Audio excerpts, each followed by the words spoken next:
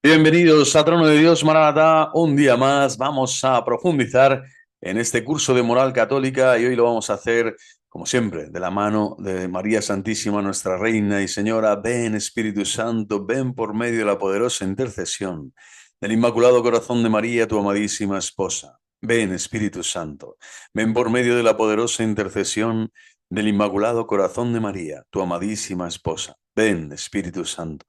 Ven por medio de la poderosa intercesión del Inmaculado Corazón de María, tu amadísima esposa. Ave María, gratia plena, Dominus tecum. Benedicta tu in mulieribus, et benedictus fructus ventris tui, Iesu. Santa María, Mater Dei, ora pro nobis peccatoribus, nunc et in hora mortis nostre. Amen. Gloria Patris et Filio et Spiritui Sancto, sic ut erat in principio et nunc et semper, et in saecula saeculorum. Amen. Pues viva Cristo Rey, viva el corazón inmaculado de María. Y continuamos en este curso de moral. Vamos a profundizar hoy sobre el cuarto mandamiento. Ahí es nada, pero antes unas palabras breves de San Gregorio Nacianceno o de Nisa, ahora mismo de Nisa, obispo y confesor, algo maravilloso. Dice algo así acerca de San Pablo. No se nos oculta, pues, en qué sentido Pablo estaba cada día al borde de la muerte, cada día al borde de la muerte. Él nunca vivió para el pecado, mortificó siempre sus miembros carnales, llevó siempre en sí mismo la mortificación del cuerpo de Cristo. Estuvo siempre crucificado con Cristo. No vivió nunca para sí mismo, sino que Cristo vivía en él. Esta, a mi juicio, es la muerte oportuna, la que alcanza la vida verdadera. Tenemos que morir, hay que morir así, viviendo el Señor en nosotros. Yo, dice el Señor, doy la muerte y la vida, para que estemos convencidos de que estar muertos al pecado y vivos en el Espíritu es un verdadero don de Dios. Es una gracia inmensa de Dios, porque el oráculo divino nos asegura que es Él quien a través de la muerte nos da la vida. Fijaros qué belleza, ¿no? Tenemos que morir al pecado, morir al amor propio, al egoísmo, a todo lo que significa el pecado, la separación de Dios en nuestra vida, y así el Señor dándonos muerte a esto a través de su propia muerte. Para esto muere el Señor, para rescatarnos del pecado. Tendremos vida, vida nueva, vida eterna, vida en abundancia. Bueno, pues para seguir caminando por sendas de vida y no de muerte, vamos a profundizar en la ley divina dentro de este capítulo del curso de moral católica que estamos haciendo en este canal. Cualquiera puede acudir a él en la lista de reproducción y verá el curso de moral católica. Ya son varios vídeos y se profundiza en este diálogo de preguntas y respuestas sobre los mandamientos principales de la ley de Dios, los 10 mandamientos, las 10 palabras, y siempre desde una visión ya cristiana. Cristo ha venido, ha redimido al hombre, ha rescatado al hombre del pecado, de las garras de Satanás, de la muerte eterna, y ahora el hombre nuevo en Cristo, el bautizado, puede renovar en la fe gloriosa de nuestro Señor Jesucristo toda esta senda, esta estela de bendición y de gracia que es el cumplimiento de los mandamientos de la ley de Dios. La ley de Dios que Cristo viene a traer en plenitud en su persona divina, revelándonos al Padre y entregándonos su Espíritu. Es por su Espíritu que el hombre puede ser una criatura nueva. Bueno, pues vamos a por ello. El cuarto mandamiento, ¿qué es lo que nos ordena? Pues nos ordena directamente: honra a tu padre y a tu madre. Nos ordena respetar después de Dios a nuestros padres y también a todos aquellos que Dios, para nuestro bien, ha revestido de una cierta autoridad. Es importante destacar esto: los primeros 3 mandamientos son referidos directamente a Dios. Los hemos visto en programas anteriores. Y ahora ya es la hora, desde el cuarto mandamiento hasta el 10º, estamos hablando ya de que el Señor coloca en el centro también este respeto, esta obligación o esta prohibición en aras, en referencia al prójimo, lo que podemos hacer, debemos hacer, y lo que no tenemos que hacer y no debemos hacer con el prójimo, con nuestro hermano. Y los primeros, el primer prójimo, que significa próximo, el más próximo a nosotros en la caridad, en el amor, en el respeto, en lo que es justo y necesario, ¿no? Devolver, ¿no? Dar gratis lo que hemos recibido gratis. Y fijaros, los padres, todo el denuedo, la inmensa mayoría de los padres en este mundo, toda la entrega, todo el sacrificio que hacen y entrega por los hijos. Bueno, pues este mandamiento es honrar al padre y a la madre por parte de los hijos. También, por supuesto, la otra cara es que el padre y la madre también tienen que cuidar a los hijos, tienen que honrarles, tienen que quererles, ¿no? Con toda devoción y todo esmero, porque son lo que Dios ha elegido, ¿no? Ha elegido a los padres para que sean colaboradores, cooperadores de la gracia de Dios en la educación de los hijos. Bueno, honrar a tu padre, por lo tanto, y a tu madre es un mandamiento revestido de máxima, vamos a decir, belleza, de máxima importancia, porque por eso se coloca en primera posición dentro de todos los 6 mandamientos, siete mandamientos, disculpen, que aluden directamente a la referencia al prójimo, el cuarto, el quinto, el sexto, el séptimo, el octavo, el noveno y el décimo, y que ha revestido, por lo tanto, de cierta autoridad para nuestro bien. Y los padres siempre van a ser un bien y una autoridad para nosotros y por eso debemos de honrarles. Y para esto pues hay que caminar, hay que sufrir muchas veces, hay que ver que las diferencias se tienen que limar, que los temperamentos y los caracteres también se tienen que purificar para que esa relación, ese diálogo con los padres, esa apertura de corazón con ellos y esa honra de vida nunca se cercene, nunca se bloquee, nunca se rompa, ¿no? Sino todo lo contrario. Dios quiere que las familias estén unidas y esta honra de los hijos hacia los padres es, como digo, de primerísima importancia para la salvación eterna del alma, para el bien espiritual del hombre. ¿A quiénes se dirige el cuarto mandamiento? Pues se dirige ante todo a los hijos, pero implícitamente, como decíamos, concierne a cualquiera que esté bajo toda legítima autoridad. Es decir, también hace referencia a las legítimas autoridades. Hoy, desde luego, en el mundo de la política y en otros tantos, ¿no? En tantos aspectos y lugares y espacios públicos, está muy deteriorada la autoridad porque la autoritas viene de la veritas, ¿no? Si no hay verdad, la autoridad no puede. Y también de la caritas, ¿no? La caritas y la veritas son las que dan densidad y sentido y significado a la autoridad. Entonces, esta autoridad legítima, esta autoridad que sea legítima, que sea buena, tiene que ser respetada, obedecida. Además, incluye y se sobreentienden los deberes de los padres, tutores, docentes, jefes, magistrados, gobernantes y de todos aquellos que ejercen una autoridad sobre otros o sobre una comunidad de personas. Y se sobreentiende que esa diligencia, que ese amor, que esa veneración que ejercen estas autoridades hacia las personas, bueno, pues es digna de ser respetada. Es decir, que ellos lo hacen siguiendo la ley natural, siguiendo la ley divina, que es también servir, siempre servir, servir, servir y amar. No hay otra ley de la autoridad, ¿no?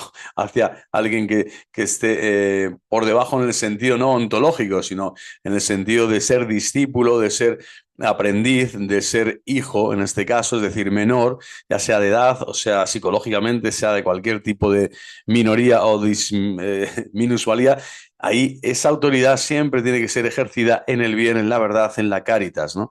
Al servicio y al servicio de la comunidad de personas. Al servicio y al servicio en la caridad. ¿Cuáles son los deberes de los hijos hacia los padres?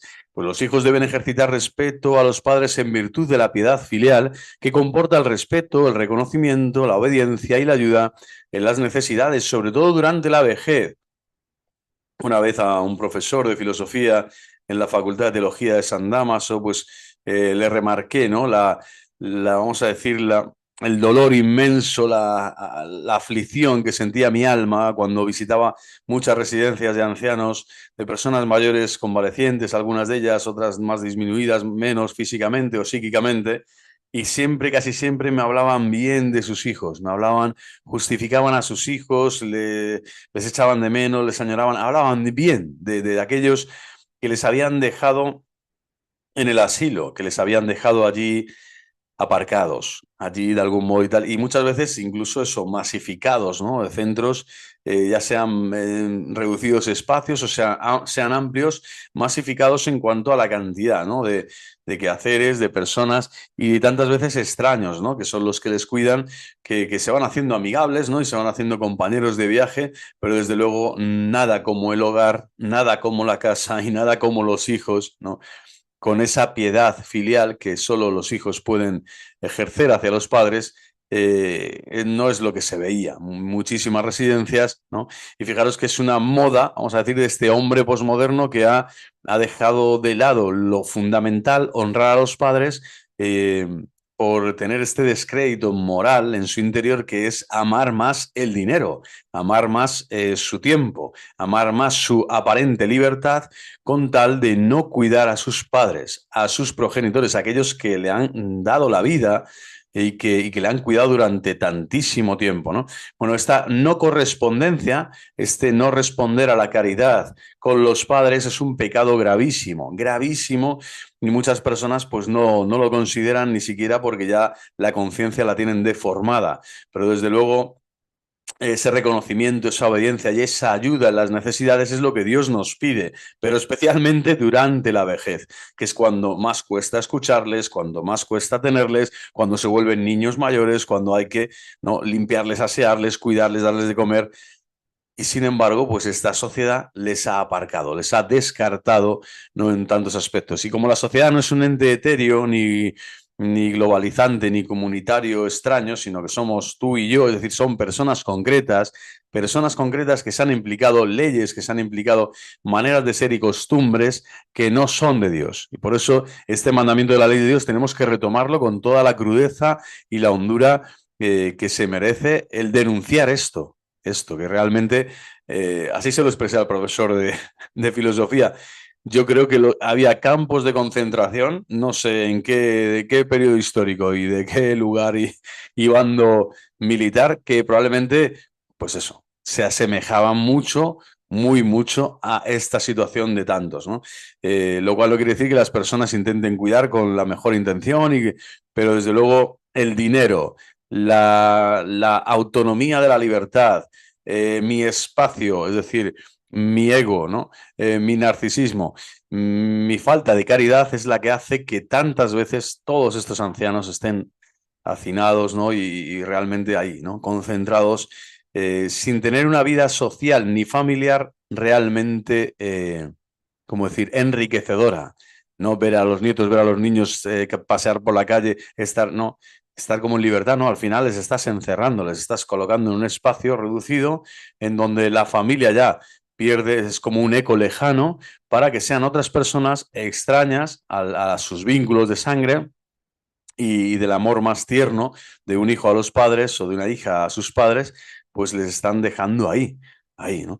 Es un pecado gravísimo. ¿Cuáles son los deberes de los padres hacia los hijos? Pues los padres son los primeros responsables de la educación de los hijos en la fe. Lo decíamos antes, educar en la fe es parte de este mandamiento, cuarto mandamiento importantísimo.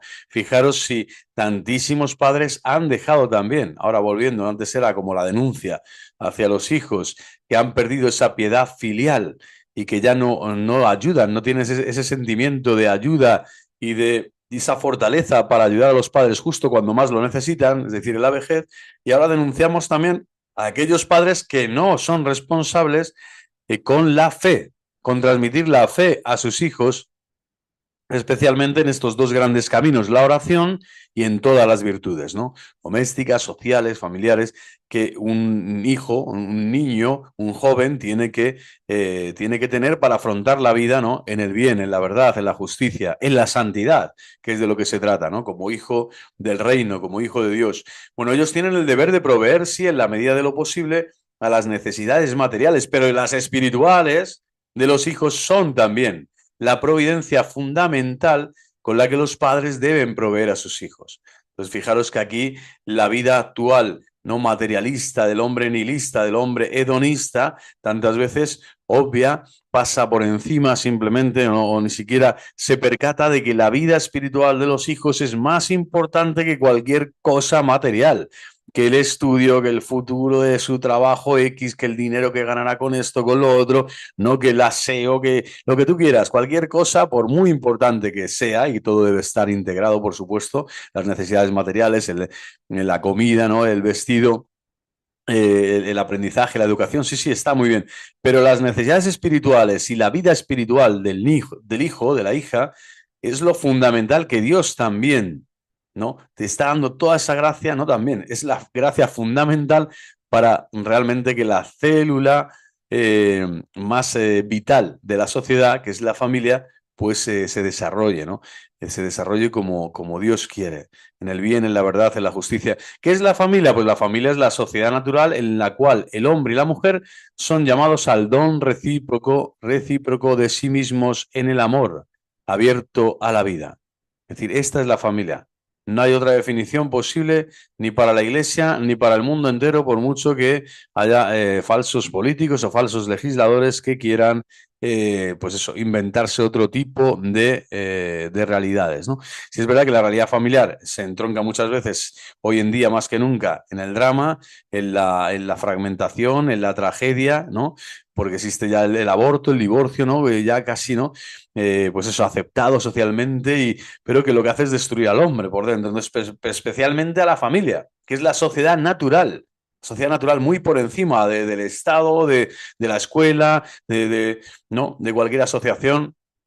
Es la sociedad natural, la familia, ese vínculo del matrimonio, que es precisamente lo que el divorcio viene a socavar, ¿no? Y a destruir, pues es lo que hace que ese don recíproco de sí mismos y ese amor abierto a la vida, pues se reduzca, ¿no? Y tantas veces se genere una mentalidad de muerte, es decir, la cultura de la muerte, ¿no? El de estar tendente a aceptar cualquier ley inicua, ¿no? Cualquier abominio y cualquier desolación, ¿no? Como es el aborto, la eutanasia, etcétera, ¿no?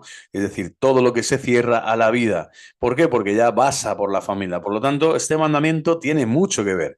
Quien no honra a los padres probablemente tampoco educa bien a los hijos y probablemente, por lo tanto, su familia acabará destruida. Esto se podría decir que es como la cadena, ¿no? De la inmoralidad o de hacer la contra a este mandamiento de la ley de Dios. Cuando tú honras a tus padres, también educarás bien a tus hijos y también persistirá el matrimonio cada vez más unido, cada vez más fuerte, para que ese don recíproco de sí mismos, es decir, el amor, esté cada vez más abierto a la vida. Ya no solo la vida temporal, sino la vida eterna. Aquí se trata no solo de ver todo lo que son las cosas, las necesidades materiales y espirituales, sino sobre todo las necesidades de ser salvos, de que Cristo nos rescata de la muerte y nos lleva a la vida eterna con Él, ¿no? El misterio de Pascua, pascual. Ella es la célula, por lo tanto, originaria de la vida social, la familia, fundamental. ¿Dónde podemos encontrar un ejemplo de virtudes familiares y domésticas? Pues el ejemplo más bello de las virtudes familiares y domésticas lo encontramos en la Sagrada Familia. Se puede decir que el cuarto mandamiento, que es lo más importante de toda la ley divina en referencia al prójimo, tiene su modelo, su paradigma, su espejo más nítido, su reflejo más bello en la Sagrada Familia de Nazaret, donde Jesús vivió sometido a María Santísima y a San José hasta que inició su misión pública anunciando el reino de Dios. No hay hermanos, ¿no? que han considerado religiosos, místicos de todos los tiempos. Toda la vida oculta de Jesús han orado con la familia de Nazaret, han disfrutado muchísimo los misterios gozosos a través del Santo Rosario y a través de la propia mística de los padres de la Iglesia. Este misterio impresionante, ¿no? Que el Señor 30 años está, ¿no? Sometido, quiere decir, en obediencia, en respeto a San José y a la Santísima Virgen María, y que esta familia nutre a toda la Iglesia con su vida espiritual. O sea, todo lo que acontece en los mimbres, en los espacios familiares de esta Sagrada Familia, es lo que rezuma abundante gracia y bendición para todas las familias, ¿no?, de la tierra. Es decir, todas las familias de la tierra tienen que tener este modelo, el modelo de la Sagrada Familia de Nazaret, y su misión pública, la misión pública de esta familia precisamente será pública en tanto y en cuanto refleje esta misión pública que anuncia Jesucristo, es decir, el reino de Dios,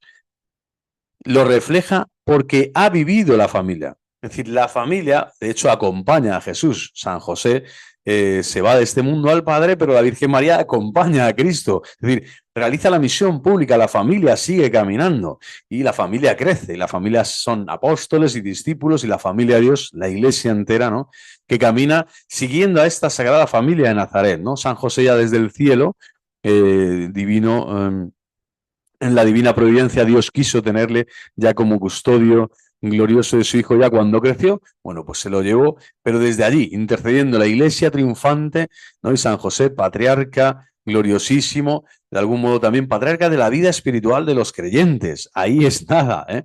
Patriarca, o sea, y protector de todos los cristianos. Bueno, pues protege la misión pública. ¿Por qué? Porque la familia que está en Cristo, asentada en Cristo, arraigada en Cristo, toda la misión pública que realice la hará testimoniando el reino de Dios, testimoniando el reino de Dios. Se puede decir que toda la iglesia lo que hace es prolongar la acción moral y la acción espiritual que esta Sagrada Familia realizó en el tiempo, realizó cuando vivió aquí en la tierra y que ahora toda la iglesia está, como digo, prolongando en sus miembros, en su cabeza, en su cuerpo, en sus miembros, ¿no? Jerarquía y pueblo, todos están viviendo estas virtudes, estas gracias, esta obediencia, esta humildad, esta sencillez, este amor, esta entrega mutua que se vivió en la Sagrada Familia de Nazaret.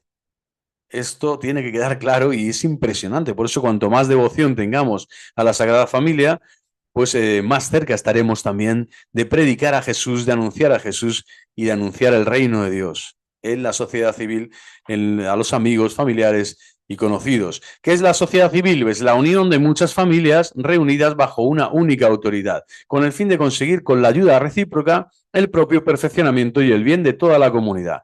Y la sociedad civil no lo forma un gerente, un líder, un Führer, una asociación, un partido político, no.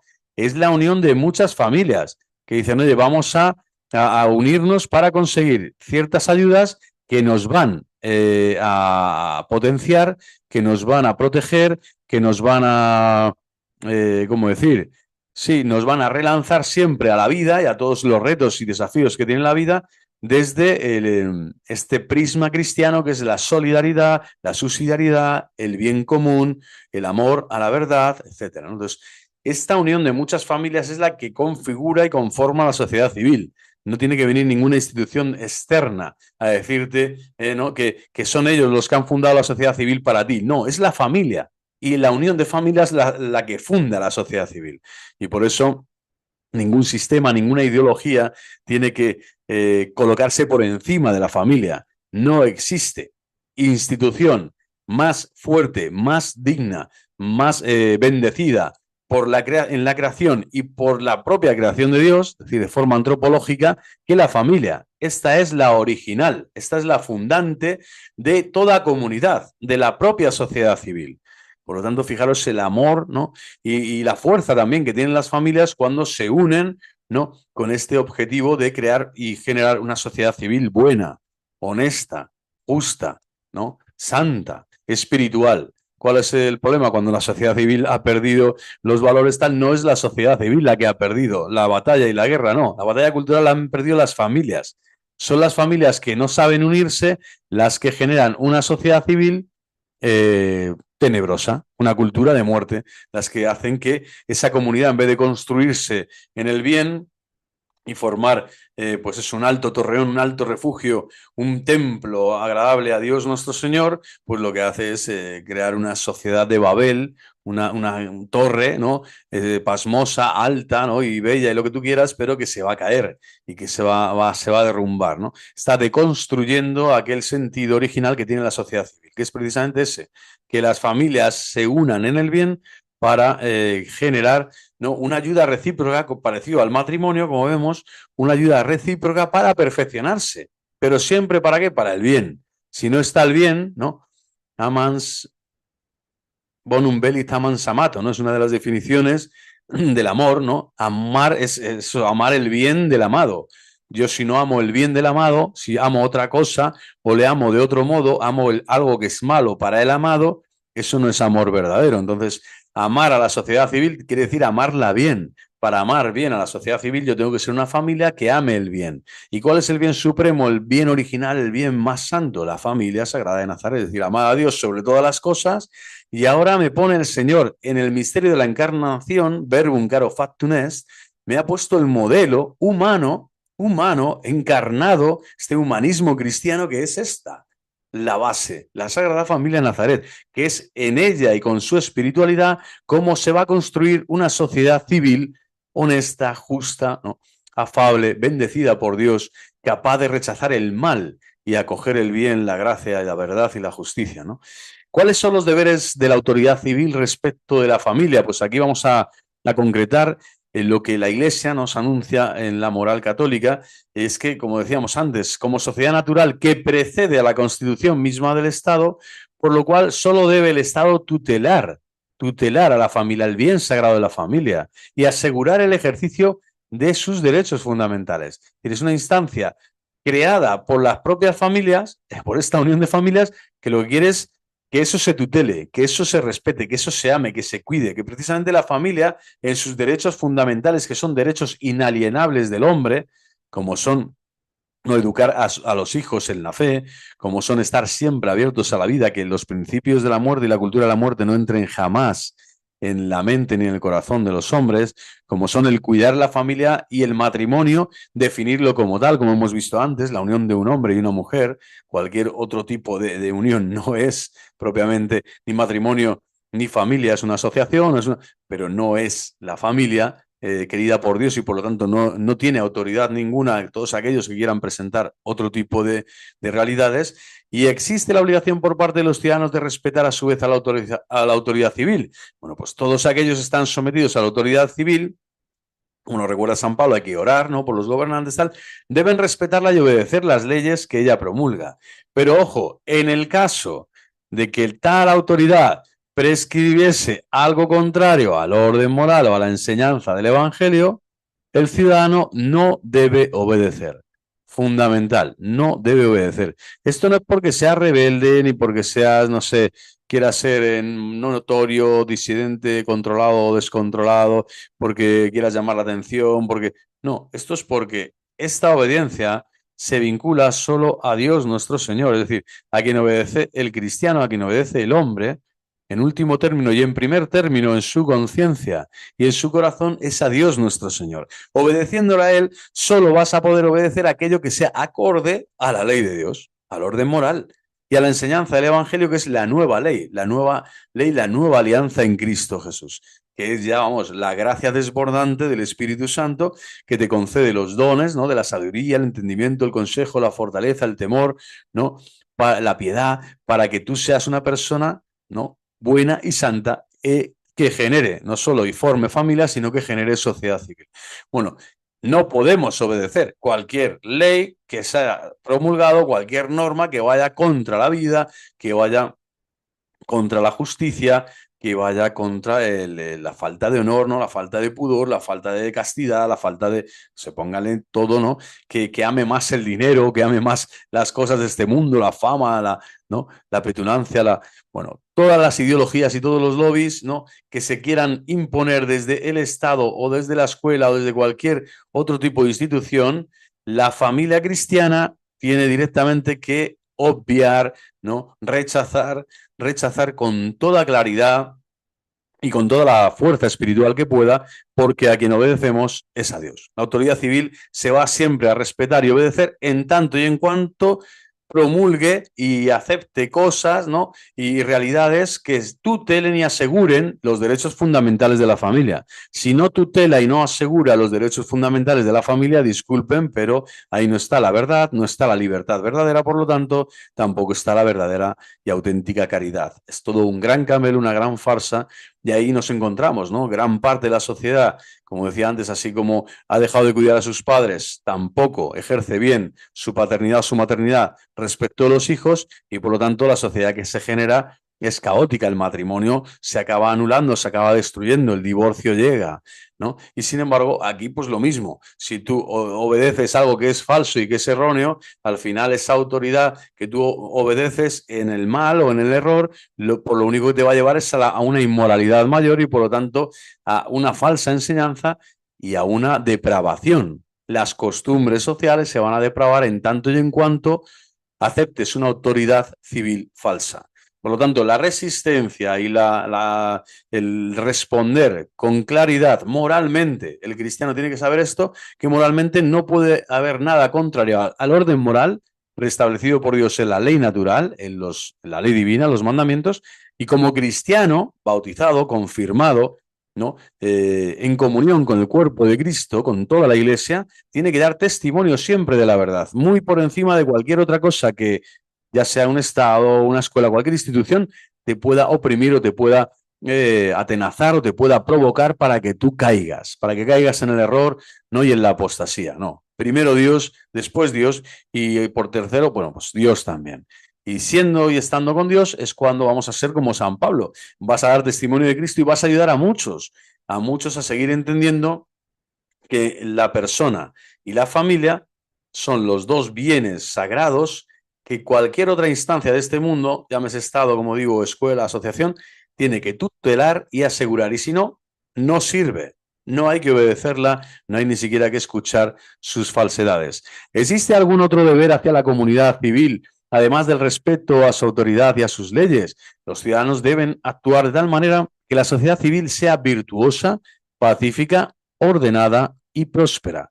Estos son, ¿no?, como grandes 4 pinceladas que la Iglesia nos trae para abundar en esta riqueza espiritual que supone, fijaros, el cuarto mandamiento de la ley de Dios. Alguien dice, ¿qué tiene que ver esto con honrar a los padres? O con... No, pues esto entra dentro del cuarto mandamiento, todos los principios de la autoridad, todo el asunto de la sociedad civil y de las leyes que promulga y que el ciudadano, que es sal, fermento y luz en el mundo, tienen que ayudar a que esta sociedad prospere como en la virtud, ¿no? Forma pacífica, ordenada, dando testimonio, y todo esto siempre por el bien de todos.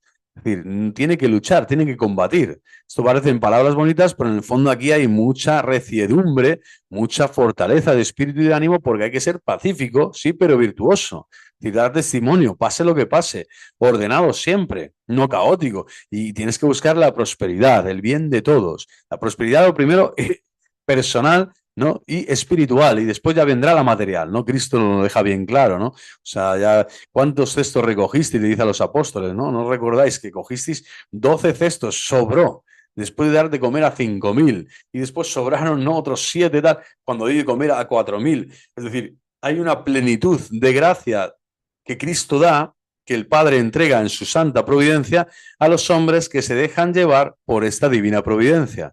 Por lo tanto, buscar el bien de todos, buscar el reino de Dios y su justicia, lo demás se dará por añadidura. Jamás colocar el bien material por encima del bien espiritual del alma, jamás. El momento que haces eso ya es al revés, ¿no? Estás sirviendo a Satanás probablemente, que te ha engañado con el tema de la prosperidad material. Pero aquí hablamos de esto, la familia o el ciudadano, la familia, que es también una formación, un conjunto también de ciudadanos para la sociedad civil, hablando en estos términos, caminando en virtud, siendo pacífica, con las bienaventuranzas de Cristo en el corazón, siendo ordenada, siempre habrá prosperidad. Siempre habrá prosperidad, incluso en la persecución y el martirio, la iglesia es próspera, el cristiano prospera, porque el bien espiritual no deja de extenderse y el testimonio de la verdad no deja de llegar a otros, de llegar a muchos. Para que esa alegría sea completa, dice San Pablo, ¿no?, para que llegue a todos, ¿no? Deben, por ejemplo, por lo tanto, pagar impuestos prescritos. La mayoría de hoy en día son injustos, ¿no? Entonces dice, bueno, si esto va en contra del orden moral, bueno, pues no debería pagar. Pues no, en cuanto puedas, no es que defraudes a Hacienda, no. Es que lo que haces es, pues eso, alabar al Señor directamente, ¿no?, omitiendo, cumpliendo la ley que es, oye, no voy a ser el tonto, el bote, el capirote. ¿Qué pasa? Que ya el sistema y las estructuras de pecado son tan fuertes que los impuestos directos e indirectos, que la inmensa mayoría, digo, son inmorales, pues no te puedes escapar de ellos, ¿no? Porque te quedas, no se te corta el grifo y te quedas sin la cobertura, ¿no?, que necesitas como familia, como persona, pero desde luego ya hemos llegado a un estado calamitoso en este aspecto. Pero casi siempre eso, hasta Cristo, ¿no? Dad al César lo que es del César, el denario este, bueno, pues tómalo, ¿no? Y si te quitas la túnica, o sea, me quitas el manto, bueno, pues toma el manto, me quitas la túnica, toma, te doy el manto también. Es una manera de decir, mira, yo no me voy a pegar a los bienes materiales hasta el punto de que voy a matar por no pagar impuestos, ¿no?, los que están prescritos. Pero sé que el mundo herodiano en el que vivimos, pues francamente, la injusticia es la que manda, es la que ordena la inmensa mayoría de los impuestos que hay en la actualidad. Si objetivamente los considerase injustos, se comprometan a pagar un poco más de cuanto en conciencia crean justo, y además sean generosos con las instituciones caritativas. Esto es lo que la Iglesia nos invita a realizar siempre, que la caridad sea con instituciones que sí son caritativas, que solo viven de, ¿no?, de lo que se da, de la libre, ¿no?, donación de los bienes materiales, el compartir los bienes materiales, que es parte de la raigambre de la espiritualidad cristiana, católica, ¿no? Si objetivamente, por lo tanto, se consideran injustos, dice, bueno, que se comprometan a pagar un poco más. Hoy en día no es el caso. Esto ya debe ser en el medievo o por allá, ¿no? Como diciendo, bueno, sí, sí, se ha portado muy bien el señor feudal o el gobierno, el rey pide algo especial para las cruzadas, vamos a por ello. Donemos un poquito más, que me parece poco esto que ha pedido, ¿no? En este caso, actualmente no es así, ¿no? Sabemos que los sionistas, los que manejan el mundo, básicamente, lo que hacen es, con el impuesto, con el crédito, con el préstamo y el interés, te están destruyendo, ¿no? Y desde que naces hasta que mueres. Por lo tanto, tampoco hay que fijarse mucho en esto, pero sí en esto otro que digo, las instituciones caritativas. Pues qué maravilla, aquí está el don del Espíritu, ser generoso, este fruto del Espíritu precioso, ¿no? Ser generosos, así como el Padre, ¿no? Santo como mi Padre es santo, pero santo también es ser generoso, ¿no? Generosidad a Dios no le gana a nadie, como decía la parábola Cristo, ¿no? Aquel que le da un denario y dice, pero bueno, ¿por qué le das un denario a este si yo he trabajado mucho más que él, desde por la mañana hasta por la noche, y este que llega al final del día y le das un denario? Y el Señor le dice, ¿tienes envidia de que yo sea generoso? ¿No? No me juzgues, ¿no? No juzgues a Dios, Él siempre va a ser generoso, y también tienes que ser tú por eso generoso con los bienes que Dios te ha dado, materiales, para saber compartir con las necesidades de la comunidad cristiana, del prójimo más cercano, con la Cáritas parroquial, la Cáritas diocesana, allí donde veas que la necesidad es imperiosa, las misiones, ¿no? Pues tantas obras de misiones en la iglesia y tantos centros realmente que viven de esta caridad. Estoy pensando en Cotolengo ahora, bueno, hay tantísimos, ¿no? San Giuseppe María Cotolengo. ¿Qué obtiene el que Benedicto Cotolengo? ¿Qué obtiene el que observa fielmente el cuarto mandamiento? Bueno, observa fielmente cuando goza de una particular bendición del Señor. Qué maravilla, ¿no? O sea, Dios se alegra, dice, hombre, por fin uno que no pone, primero que honra a sus padres, a los que yo les he regalado, que sabe educar a los hijos, a su prole, con el fervor, ¿no? Y con el denuedo y el esmero de saber que el valor, que va mucho más allá de que la fe es el tesoro fundamental que tiene que transmitir a sus hijos, y por eso tiene que darlo todo. Y por último, es capaz de desapegarse, de tener un desapego real y vital, existencial, a los bienes materiales cuando ve a alguien en necesidad, cuando alguien necesita su ayuda, es decir, y que no está apegado, su corazón no se apega a los bienes, sino es una persona que vive de alquiler, vamos a decir, vive de, pues eso, administrando algo que sabe que no es suyo. El dueño y señor, ¿no? Del grano y de los graneros y de los hilos es siempre el Señor, ¿no? Esto es la parábola aquella también, es una parábola muy real, ¿no? Tantos que acumulan, ¿no? Y metió allí todo, llenó todo de... Dicen, necio, no, necio, se te pedirá esta noche, se te pedirá la vida. Es decir, los bienes materiales para tantas almas, tantas personas, lo que sirven más que para salvarles es para condenarles en el infierno. Por lo tanto, no solo vivir mejor sencillamente, sino que si tienes algún día bienes materiales, intenta repartirlos todos o casi todos, ¿no? De hecho, la Iglesia siempre ha expuesto, ¿no? La santidad de personas, santos y santas, vírgenes consagradas, monjes, no sé, que han custodiado esta belleza, ¿no? De compartir con generosidad todos los bienes materiales, y cuando han enviudado, algunos que han sido esposos o otros que han sido frailes, ¿no? Y tenían riquezas o han heredado una gran riqueza de los padres, han sabido donar todo, ¿no? A la orden religiosa, a la iglesia más cercana, allí donde el Señor les ha pedido, ¿no? Y realizar ese mandato también del Señor, esa bienaventuranza de vivir en pobreza, en castidad y en obediencia, como una virtud propia del cristiano, que lo que hace es recibir la bendición del Señor. Bueno, pues todo el desapego a los bienes materiales se incluye en este cuarto mandamiento de la ley de Dios. Todo desapego, todo distaco, dicen los italianos, todo este distanciarse de los bienes materiales y de meter el corazón allí en las cosas que tenemos, ¿no? En no saber desprenderte, esta virtud pasiva preciosa, ¿no? El desprendimiento, bueno, pues tiene que ver con la humildad y con el espíritu de pobreza que Dios bendice. La bendición de Dios está precisamente aquí, cuando uno es capaz de compartir absolutamente todo lo material y centrar y enfocar toda su vida en compartir lo que verdaderamente importa, el tesoro escondido, es decir, la perla y el tesoro escondido, que es la fe en Dios nuestro Señor, la fe que salva, la fe que te ilumina, la fe que te consuela, la fe que te guía, que te gobierna, que te purifica, la fe que te da sentido a la vida. Bueno, pues garantiza también la concordia familiar. ¡Qué belleza! O sea, amar a los padres, honrarles, garantiza la concordia familiar y un amor afectuoso, un amor real, ¿no? Victorioso, un amor en Cristo que satisface también, ¿no? En los corazones, ¿no? Porque la familia unida jamás será vencida, se dice aquí, pero es que esa familia es en el modelo de la Sagrada Familia de Nazaret, que jamás fue vencida por Satanás, jamás, jamás, intocable, ¿no? Inmarcesible, incólume, o sea, sí, siempre, ¿no? Sagrada Familia de Nazaret. Posee además el valor del gozo y de la serenidad interior. Qué maravilla, qué bonito, ¿no? Tener la paz, la conciencia tranquila, ¿no? Estos abuelos que me decían en la residencia, pues sí, mi hijo me tuvo que dejar aquí, o el trabajo, tal, no sé qué era. Ya hablaba más del hijo que de la nuera, ¿no? O al revés, ¿no? Más de la hija que del nuero. Pero curioso, ¿no? Que todo este descarte que hemos hecho de los ancianos y hacían que ellos les justificaban el dejarles allí de los hijos, este, pues eso, aparcarlos allí y sin embargo, pues luchaban, ¿no? Y combatían en su interior sabiendo que no podían tener la conciencia tranquila, que además no les valía con una visita al mes o a veces una visita al trimestre o una vez o dos al año. Hay hijos realmente tremendos en esto, ¿eh? O sea, pero tremendos. Hay casos espeluznantes. Yo cuando ejercía el ministerio sacerdotal he visto de todo, he visto de todo. Y francamente, por eso le decía a este profesor, se te caen las lágrimas de ver tantos hijos desafectados, tantos hijos, primero malheridos ellos en su propia vida, también en el amor probablemente, pero claro, cuando la vida de gracia no es la que rige tu alma y tu fundamento y tu destino, pues es la vida de pecado, es el hombre viejo el que rige tus decisiones y tus costumbres y vas cayendo poco a poco en esa desidia y en ese olvido de Dios que te hace después olvidar a los que más te aman, a los que más te han amado y a los que jamás te amarán como ellos te han amado, que son tus padres.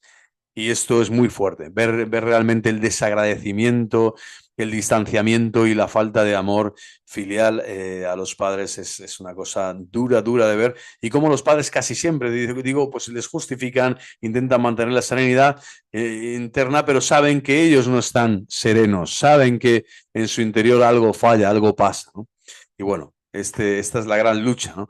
Que nacen de la conciencia de colaborar activamente de la construcción del bien común, que es el bien terreno más grande y más divino. Fijaros, el bien común, dice Santo Tomás de Aquino, es el bien terreno, no eterno, sino terreno, más grande y más divino, entre comillas divino. Es decir, la construcción del bien común.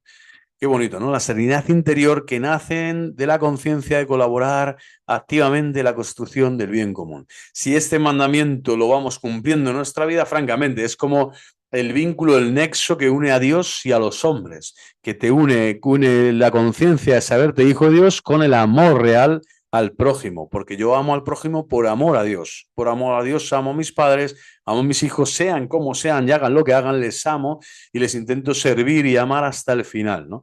Y entonces, ¿eso qué es lo que construye? Pues ese bien común. ¿Y eso qué te va a dar? Pues la concordia, el amor, la serenidad interior, pero sobre todo esto, la bendición de Dios. Dios va a estar glorificado en ti y Dios va a hablar bien de ti. Dios va a decir, efectivamente, aquí hay un hijo, un buen hijo, que si eres buen hijo con tus padres de la tierra, pues también será reconocido por los ángeles, ¿no? Por mi Padre del cielo, ¿no? Y por el mismo Cristo. Pues hasta aquí el cuarto mandamiento. Creo que ha sido una lección breve pero intensa y espero que les haya gustado el vídeo.